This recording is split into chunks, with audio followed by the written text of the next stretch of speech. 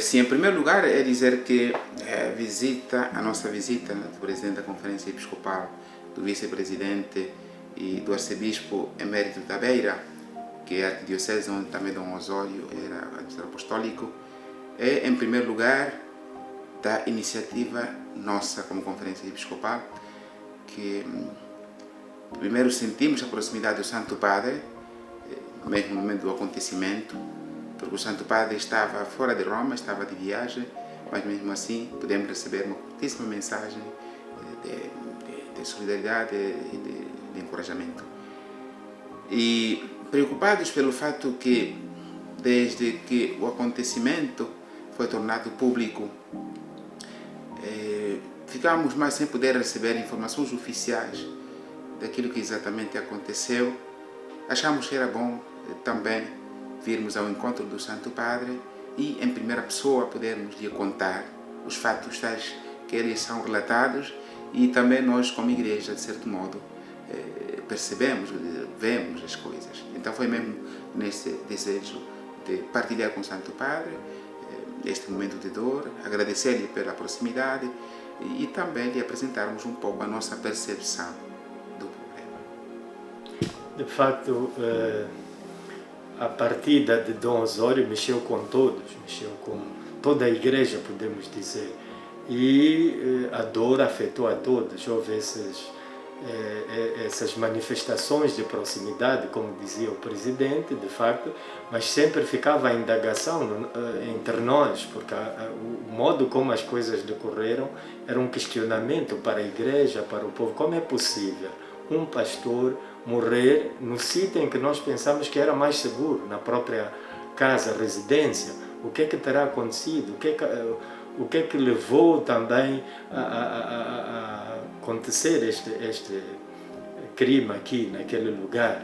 Então, há muitas interrogações. Na busca dessas interrogações, na procura de luz, na procura também de alguma palavra que ilumine o povo de Deus que se questiona, de facto, então, como dizia o Presidente, achamos por bem e no discernimento conjunto virmos cá a Roma também, contarmos o que passou e também fazer um possível discernimento de um caminho a seguirmos para iluminar a realidade. Então viemos, encontramos com o Santo Padre e a primeira impressão que tivemos é que o Santo Padre está muito próximo da igreja, muito próximo.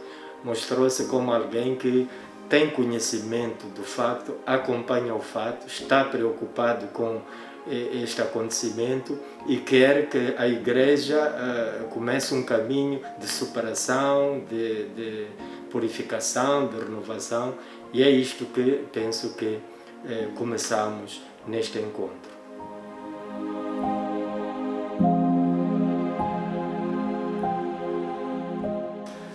O que nós levamos deste encontro com o Santo Padre, por um lado, é esta certeza da sua proximidade e depois a palavra de encorajamento, de transformar este momento de dor em um momento de renovação, em um momento de fortalecimento de uma igreja sofrida e de certo modo, uma igreja de mártir, como eu já tive a ocasião de dizer na minha homilia, que para mim Osório era um mártir da fé. O Santo Padre, por exemplo, gostava de nos fazer perguntas, e uma das perguntas que nos fez foi mesmo: e depois deste acontecimento, pensais, por um lado, que há ainda esperança que se possa dizer a verdade sobre o que aconteceu? E nós dissemos que sim. Por isso mesmo, também contamos com o Santo Padre, com toda a igreja, que não nos calemos e que se diga a verdade daquilo que aconteceu. E depois, ser um momento propício também de crescimento da igreja, de renovação da igreja, de purificação.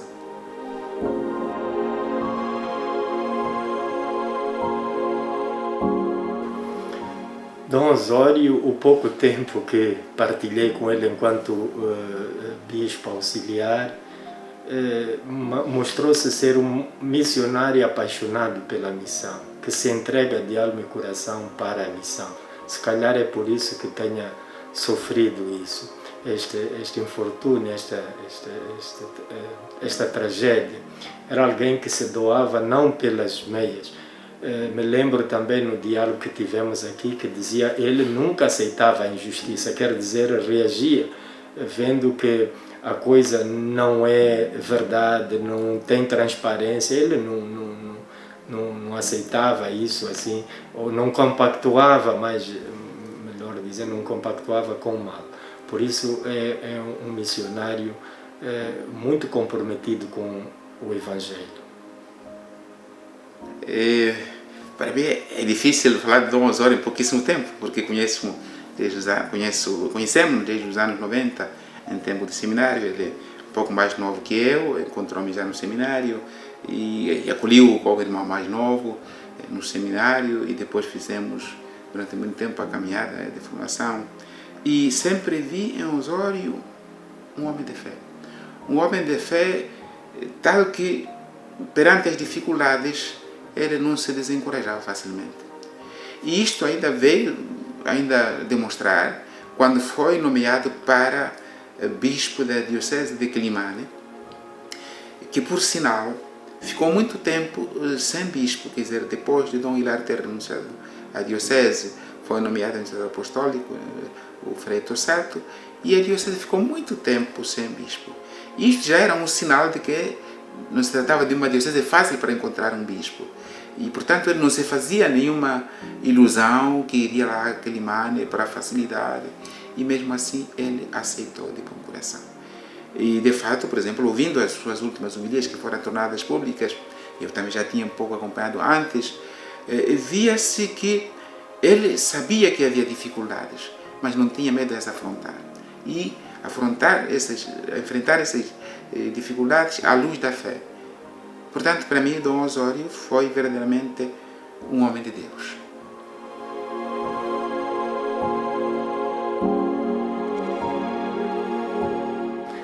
Sim, nos preocupa, de facto, o contexto que passamos no nosso país.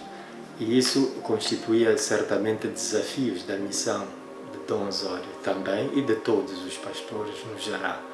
Por exemplo, a banalização da vida é um fato em Moçambique. O querer resolver os problemas eliminando o outro, a não tolerância, é uma realidade lá. E isso afeta qualquer pastor, qualquer missionário. E sente, penso que ele também terá vivido isso. A proliferação de armamentos aí. O país passou por várias situações de guerra, e houve até um programa de recolha de armas, etc. Mas claro que não há muita arma por ali, porque a guerra de certa maneira continua. A perca dos valores, a corrupção como modo de viver, modo de resolver os problemas. Tudo isso é um contexto social que a Conferência Episcopal, em vários momentos, tem também escrito, feito cartas a respeito do contexto de Moçambique. Mas este facto também, de facto, vem nos pedir para olharmos internamente na Igreja as fragilidades que também enfrentamos. Por isso, por exemplo, a coerência, falta de coerência que nós temos muitas vezes entre o que pregamos, bonitas celebrações, mas depois vais à vida, essa falta de coerência é um problema interno. Certamente todo esse contexto é o que ele vivenciou e que propiciam, de certa maneira, para criar desconforto em muitos que querem manter essa maneira de ser, esse modo de viver que é contra o Evangelho. E ele, como uma pessoa do Evangelho, acima de tudo, claro que teve de enfrentar isso. Diríamos que o sistema é um modo de ser lá também que são as forças do mal. Sim, eu posso referir-me, digamos assim, um pouco às dificuldades na nossa igreja de Moçambique, das nossas dioceses e, naturalmente, também da diocese de Quelimane. Ele, como pastor, certamente temos o problema geral da falta de recursos nas dioceses, a questão da pobreza. Esta pobreza que é um mal que esmaga fortemente o povo moçambicano, esmaga a maior parte dos nossos irmãos, dos nossos fiéis, e que, por conseguinte, isso se faz sentir também no contexto da igreja. Daí que não é nada fácil conduzir uma diocese no meio de toda essa dificuldade econômica, assim, e que toca também, por exemplo, a vida do próprio clero. Um clero muitas vezes fragilizado por causa desta pobreza e se não for, digamos assim, muito forte, muito robusto, capaz de se deixar levar muito facilmente, não é, por aqueles que têm recursos, não é, por aqueles que têm dinheiro, eventualmente se deixar manipular e em vez de se concentrar na sua própria missão de pastores e concentrar-se em outras coisas. Eu digo isto sobretudo, por exemplo, analisando aquela homilia em que dizia que não podemos fazer da igreja lugar de negócios. Isto, para mim, já significava que, eventualmente, ele notava um pouco disto, que havia dificuldade também do ponto de vista do serviço mesmo de pastores, não sei, do clero.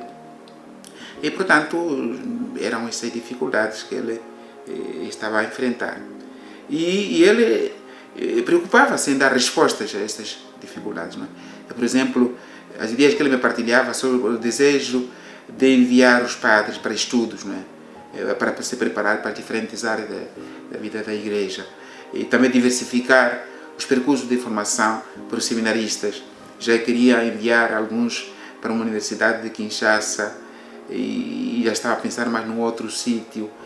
Portanto, mesmo nesta preocupação de reorganizar a igreja, reorganizar a diocese de Quelimane.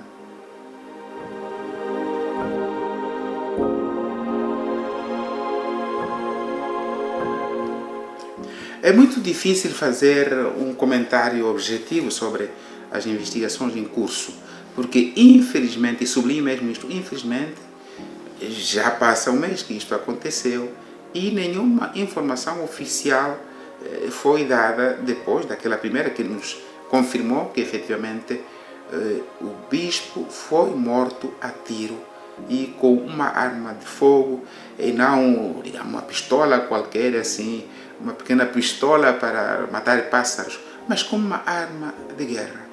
E que normalmente no contexto de Moçambique estas armas estão nas mãos das autoridades, digamos, das entidades de segurança do Estado, das Forças Armadas. E depois as publicações que saem nos jornais, etc., nunca se referiram, por exemplo, a quem que foi que atirou concretamente contra o bispo. Quem foi? Logo foi detido o chanceler, Padre Novaes, por suspeitas que há, que eles sabem porque o detiveram. Depois foi detido também o Padre Celso, eles sabem as motivações porque o detiveram. Estão apreendidos os telefones e computadores tanto de Dom Osório como de Dom Esteban, administrador apostólico da diocese, mas este lado não se diz. Quem é que terá comandado isto? Quer dizer, o mandante disto, quem terá sido? Isto nunca se diz. E então parece haver uma certa imparcialidade ou na investigação, a supor que isto está sendo investigado e não se faz atenção a este aspecto, ou na publicação da informação, porque também esta parte devia aparecer um pouco para levar as pessoas mais ou menos a terem uma ideia dos contornos do problema. Enquanto que agora aquilo que mais parece é só esses aspectos assim, de ter um padre, etc., o próprio administrador apostólico acusado de algumas coisas incorretas. Portanto, um pouco tocar, digamos, as coisas que mais são do lado da igreja e depois do resto não se diz mais nada.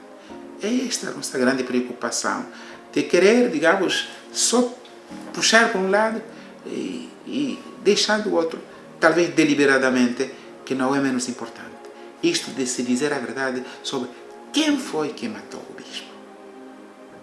Eu aqui não posso desculpar de modo nenhum aqueles padres detidos, mas é muito pouco provável que tenha sido um daqueles padres que atiraram mesmo contra o bispo. E quem foi o mandante?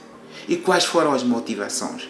Estas são perguntas para nós, na Conferência Episcopal, são muito profundas que precisam de ser respondidas. Bom, nós aqui começamos um caminho. Eu sempre vim com isso, um caminho que vamos fazer já não sós. Saímos aqui com a certeza, aproveito já a minha opinião, a minha mensagem sobre isto, aproveito dizer que de facto nos sentimos fortalecidos, nós iluminados, porque saímos aqui com a convicção de que não vamos caminhar só. caminhamos com a Igreja Universal, caminhamos com o Santo Padre, caminhamos com todas aquelas pessoas do bem. O Santo Padre, nós não só tivemos encontro com o Santo Padre, tivemos encontro com o Secretário de Estado e outros, e ficou esse compromisso de fazermos juntos o caminho. O Secretário de Estado, por exemplo, como já sabeis, enviou uma carta ao Presidente que expressa isto que o nosso Presidente aqui diz. Na carta ele expressa o desejo de que as autoridades, de facto, busquem a verdade, trabalhem na verdade de forma séria, responsável, e que também, além disso, haja com a devida discrição, a partilha com os senhores bispos, que é a SEM, a Conferência Episcopal, sobre o andamento desta questão. E nós queremos que isso se vai feito. Nós acreditamos sempre que a verdade prevalecerá.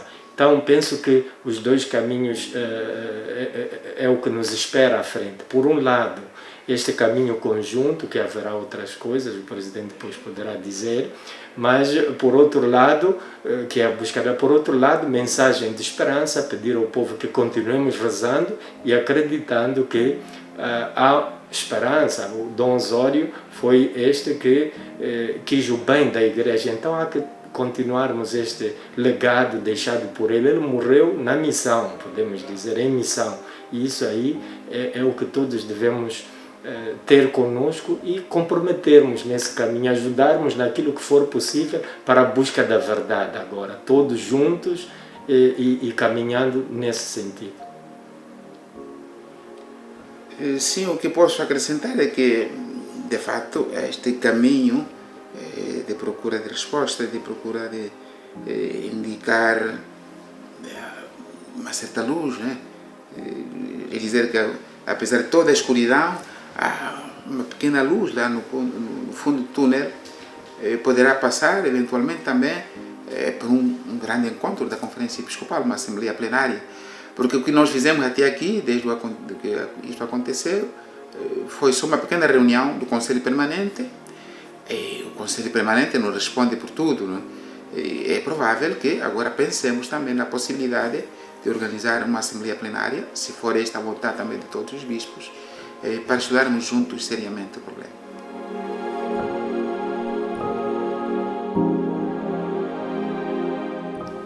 A palavra que eu digo é que este momento, este acontecimento, seja um momento de fortalecimento na fé. Porque, como tenho dito, que Osório é mártir da fé e uma igreja de mártires é uma igreja robusta. A história da igreja demonstra-nos que a robustez da igreja também vem do martírio. Muito obrigado. O que dizemos é coragem a todos. Devemos evitar dois extremos. Por um lado, cair no facto de pensar que isto é mais um acontecimento. É verdade que o histórico do nosso país tem isso, é um acontecimento, é um facto e pronto, esquecer, não. Mas também não outro extremo que é politizar esta questão, não. O que devemos fazer é olhar com fé para os eventos, comprometermos juntos a caminhar juntos na busca da verdade, que a verdade nos liberta e, acima de tudo, continuar o legado que Dom Osório deixou. Penso que isso valerá muito mais para todos.